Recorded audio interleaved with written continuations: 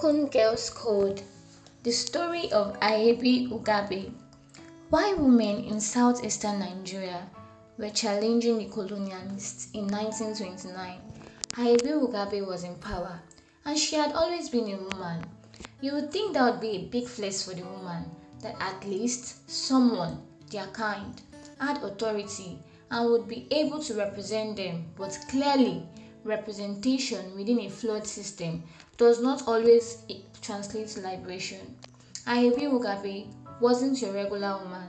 She came from Enugu in present-day Enugu State, born likely in the late 19th century.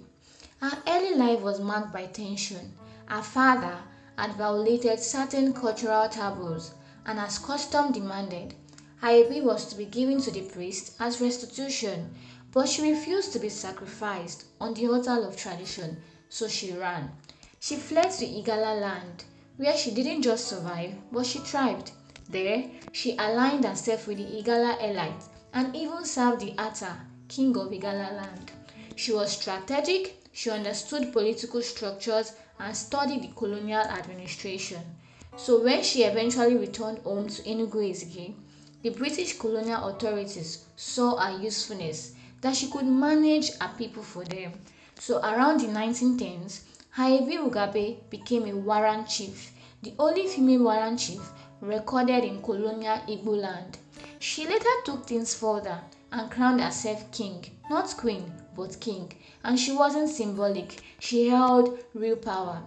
Nevertheless, her power wasn't rooted in traditional Igbo structures. It was propped up by the colonial authority, a foreign system that the people never fully accepted.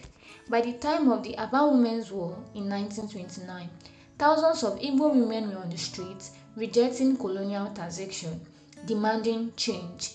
And while they were risking their lives, the most powerful woman in eastern Nigeria, Ahebi, couldn't use her authority to help them. I mean, how could she? She was serving the same administration they were going against. She was a woman in power, yes, but her power came from the very structure those women were fighting. They must have perceived her to be an agent of colonialism in a woman's body. I mean, in today's world, when a woman makes a name for herself in a male-dominated space, she inspires other women.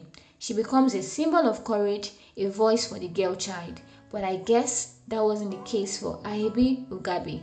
Her crown could not protect her from the contradictions she embodied, but nevertheless, Ahebi Ugabe's was bold, brilliant, political, and controversial. I mean, a woman who rose through the cracks of colonialism to wield a male power, not a small feat.